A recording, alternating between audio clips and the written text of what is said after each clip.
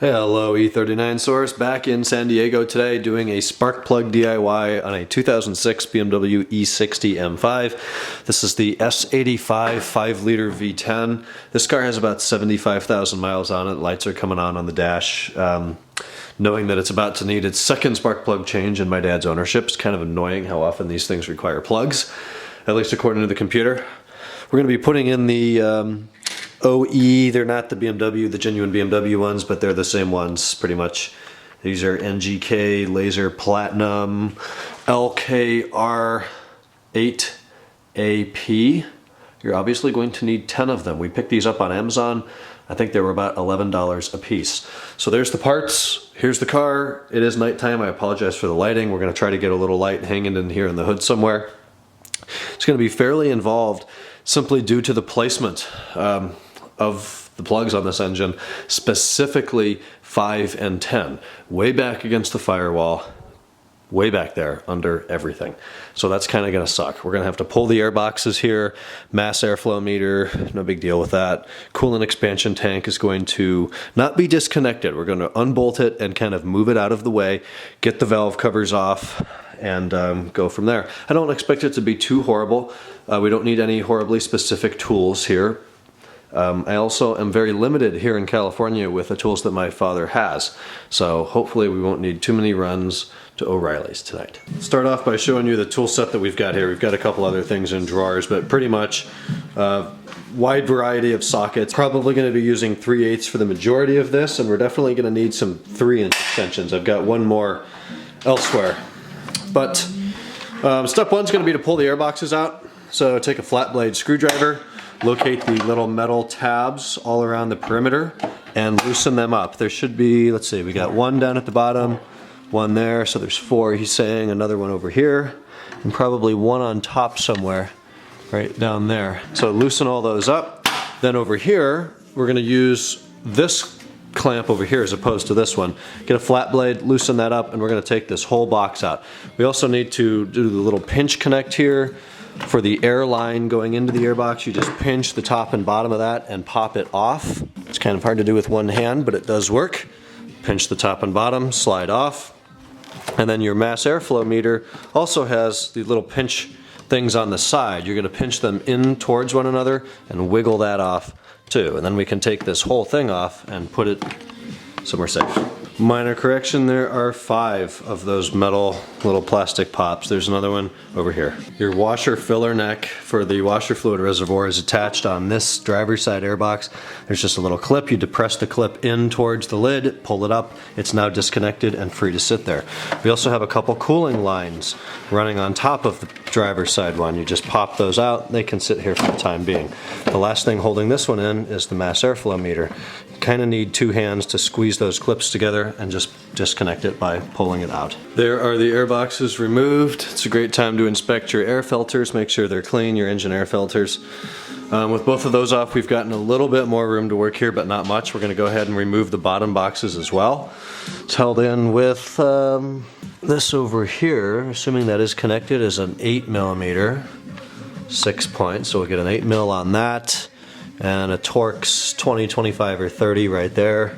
Might be all that holds this side on. And over here, looking like an 8mm and another 8mm. So I don't know why there's a Torx on that side, but what are we doing? We'll let you know. So a lot of these little clips fall off when you're taking the lower boxes off. That's no big deal. Just try not to lose them. Take them off, put them somewhere safe.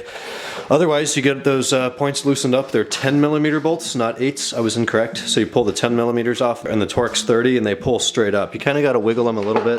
One on the driver's side is more difficult. We haven't gotten it out yet due to these lines in the way.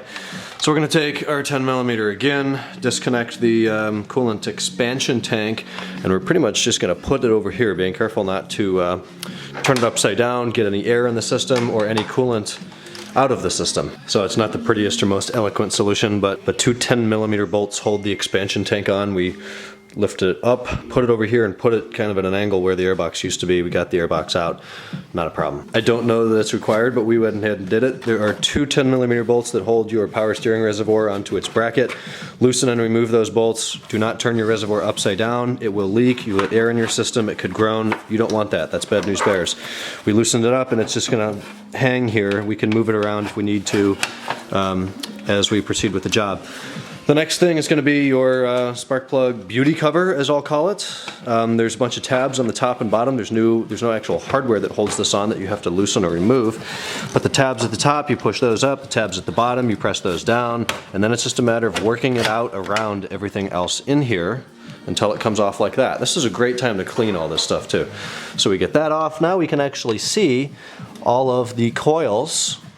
And then about 6 or 8 inches down there is going to be the spark plug. The beauty covers come off and look like that. That's the underside.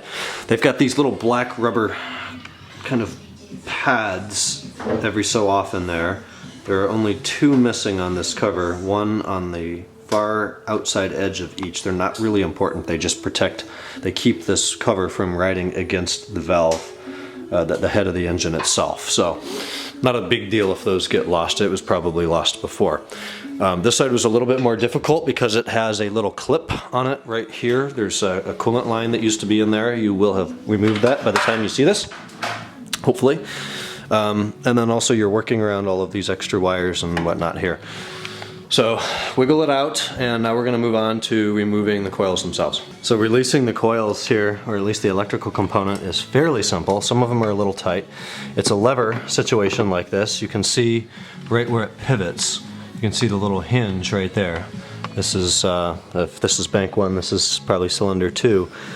So it hinges like that, and as you open it, then the electrical connector itself pops off. So we're just going to leave the electrical connector here, leave it float. And when it's disconnected like that, we're done with that one. So we need to move on and do all 5 on both banks. So here are 9 of the 10 coil packs. I think the 10th one is on its way here in a moment. These come out a little easier than I thought, actually. So I don't think they need to go back. They're all the same part number. They don't have to go back in the same cylinder they came from. Because it's easy enough to put them back in the cylinder they came from, I'm just going to do that. So we've built the engine. If we look at it this way, we've got bank 1 on the left, cylinders 1, 2, 3, 4, 5, bank 2, 6, 7, 8, 9, and he's working on cylinder 10. And there is cylinder 10. So when you look at this, this is the little clip that we loosened up. It's got a hole in it. Take an extension, like a socket extension. I have 2 3/8 extension. I have what maybe is a 9-inch and a 6-inch. Put it through there. Put it through the hole, and then pulling, it's very important that you pull straight up. Don't pull to the left, don't pull to the right, not up, not down. Put it in there and pull it straight out of the block. These things are metal, they should hold, have a hand on each side. Cylinders 5 and 10 are definitely the trickiest way back in the firewall. I actually found a point where I could use leverage on cylinder 5. It doesn't take that much force. You definitely can't do it with your hand. You do need a tool. But there's a hose back there, which I used as leverage, and it's very, hose is strong and I didn't put much force on it, so it worked out. So that's down in the hole where the spark plug is. I've got a little LED light on so you can see it. Pretty much now we're going to build a tool for that. We've kind of got 2 going at the moment. We're going to use a 5/8 6-point spark plug socket, which should be in your kit. Then I did an extension out of that, a 6-inch 3/8 extension. And then since he was using the 3/8 ratchet, I just did a, not a reducer, the opposite of a reducer, up to a half drive and then put a 1/2-inch ratchet on it. Pull it, push it down in the hole, make sure it's connected to the spark plug, give it a couple turns, you'll feel it snap on, and then counterclockwise loosen it up. Unthread it. If you have a good spark plug socket, it'll have some foam in there and the plug will come right out once you remove the tool. This one is not a real good tool, so I ended up using just a magnet, LED magnet with a light on the end. Push that in there, spark plug stays on here, and you pull it out. The old plugs look like this after however many miles the interval is. I don't know on these cars what the service interval is, but not too bad. They're the same plugs we're about to put in, the NGKs. So I've done cylinders 1 and 2 and not 3 yet, so it's about to get a whole lot harder.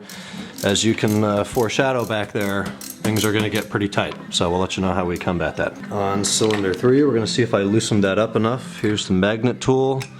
We'll give it a press, and out comes the plug. Now for the hard one, cylinders 5 and 10 back against the firewall. We're going to build the tool in there. Since there's very little clearance, we can't just assemble our tools and then put them in the hole. So we're going to take, firstly, the spark plug, 5/8 spark plug socket. We're going to take it and drop it down there. And that's kind of scary because it feels like you're not going to get it. Drop it down in the hole.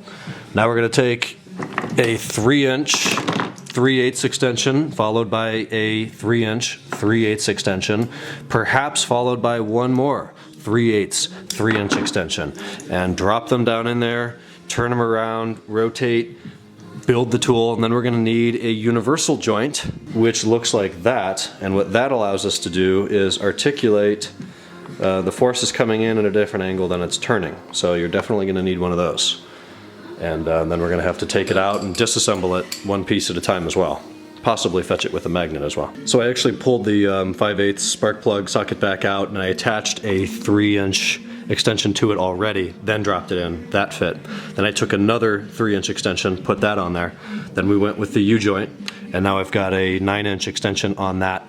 So I'm going to put a wrench on that, and that should loosen the plug up. And it worked as described. So it's going to be the opposite, taking the plug out once you've loosened it, pull it out as far as you can, take a tool off, pull it out as far as you can, take another 3-inch off, pull it out as far as you can, and then eventually you get to the socket that should have the plug in it. If it doesn't have the plug in it, go ahead and grab your magnetic tool. This one's awesome, from the Home Depot Husky brand, telescoping out to 14 inches, and then the end of it can be bent in any different way and manipulated. It's got an LED light on it too, so that was perfect to shove down there and get any tools that didn't want to come out.